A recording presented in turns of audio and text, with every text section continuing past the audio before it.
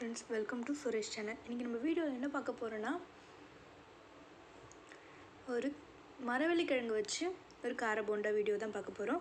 நம்ம சேனலை சப்ஸ்கிரைப் பண்ணுவாங்க, மறக்காமல் சப்ஸ்கிரைப் பண்ணி வச்சுட்டு வீடியோவை பாருங்கள். இதுக்கு தேவையான பொருட்கள் பார்த்துக்கலாமா? 3 வெங்காயம், கருவேப்பிலை, கொத்தமல்லி, 5 பச்சை மிளகா. இது வந்து மரவள்ளிக்கிழங்கு நான் 1/4 கிலோ எடுத்திருக்கேன். இதை நான் வேக வச்சுருக்கேன். இது மாவு, இது வந்து இட்லி மாவு. நீங்கள் வந்து இட்லி மாவு அரைச்ச ஒன்றுமே எடுத்து வச்சுக்கோங்க. இட்லி மாவு ஒரு பாத்திரத்தில் கொட்டிக்கலாம்.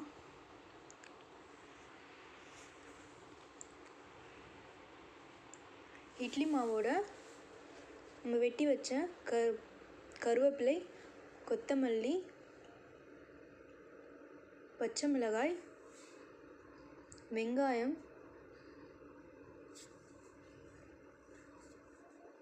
எல்லாத்தையும் சேர்த்துக்கலாம். இது கூட சீரகம், ஒரு 1/2 டீஸ்பூன் சீரகம் சேர்த்துக்கோங்க.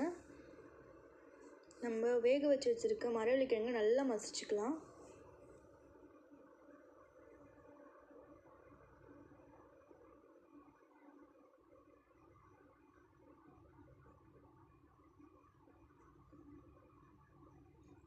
மசித்த மரவள்ளிக்கிழங்கை நம்ம சேர்த்து வச்சுருக்க மாவோடு மிக்ஸ் பண்ணிக்கலாம்.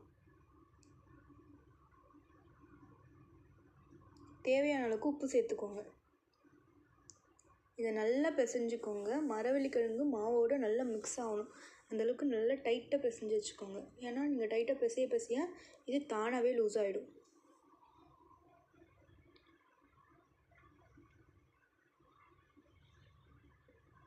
கொஞ்ச நேரம் ஊறட்டும், வெயிட் பண்ணுங்கள். பார்த்தீங்களா, எங்கள் அம்மா ஊறின பிறகு நல்லா பிசைகிறாங்க. இப்போ மாவு டைட்டாக இருக்குது, ஆனால் பொரிக்கும் போது பாருங்கள் லூஸ் ஆகிடும். ஒரு 1/2 அன் ஹவர் வச்சு மாவு ஊற வச்சுக்கோங்க. கடாயை வச்சு எண்ணெய் ஊற்றிக்கலாம். எண்ணெய் நல்லா காயட்டும். காஞ்ச உடனே போட்டால் தான் பட்டுன்னு புரியும்.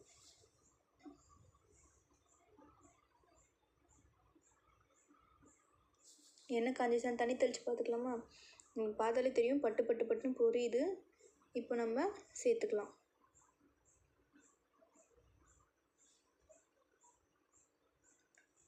ஒரு பீஸாக நீங்கள் வந்து இதுக்கு ஷேப்லாம் தேவையில்லை, நீங்கள் அப்படியே போடலாம்.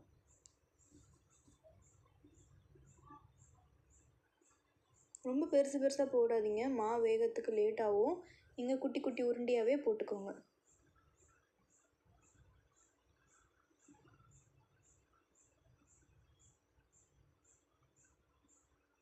நல்லா பொரிஞ்சிட்ருக்கு.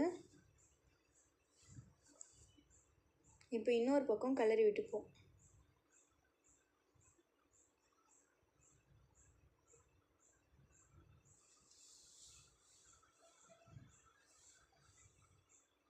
நல்லா பொரியிட்டும். இது பொன்னிறமாக வந்த பிறகு நம்ம எடுத்துடலாம். பார்த்தீங்களா கலர் எப்படி இருக்குன்ட்டு, நல்லா கோல்டன் ப்ரௌனில். இப்போ நம்ம எடுத்துடலாம்.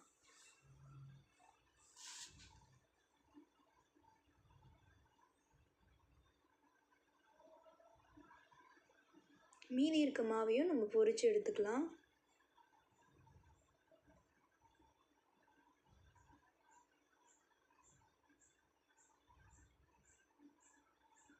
திரும்பி இதே மாதிரி நம்ம மாவில் எண்ணெயில் வந்து மாவை சேர்த்துக்கலாம்.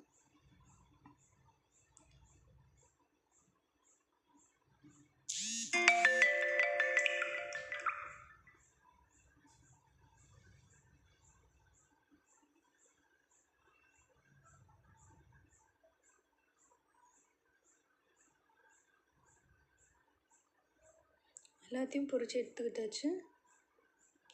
பொரித்து எடுத்துக்கிட்டாச்சு.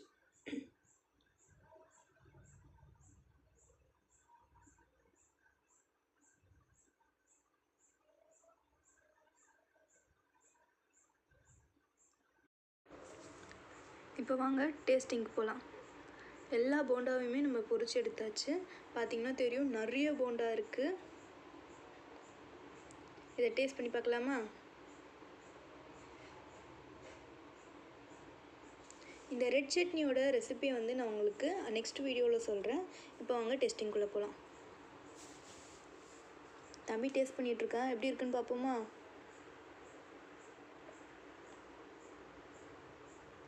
சரி, நம்ம வீடியோவை புதுசாக பார்க்குறீங்கன்னா நீங்கள் லைக் பண்ணுங்கள், ஷேர் பண்ணுங்கள், கமெண்ட் பண்ணுங்கள், மறக்காமல் சப்ஸ்கிரைப் பண்ணி பெல் பட்டனை கிளிக் பண்ணி வச்சுக்கோங்க. அப்போ தான் அங்கே போடுற வீடியோ உங்களுக்கு உடனே வரும். இந்த வீடியோட ரெசிபிஸ் எல்லாத்தையுமே வந்து நீங்கள் ட்ரை பண்ணி பாருங்கள். ஒரு டீயோட சாப்பிட்டிங்கன்னா இந்த ஸ்நாக்ஸ் ரொம்ப சூப்பர் ஈவினிங் ஸ்நாக்ஸாக இருக்கும். மறக்காமல் சப்ஸ்கிரைப் பண்ணி வச்சுக்கோங்க. லைக்கும் கமெண்ட்டும் பண்ணுங்கள். தேங்க்யூ ஃபார் வாட்சிங்.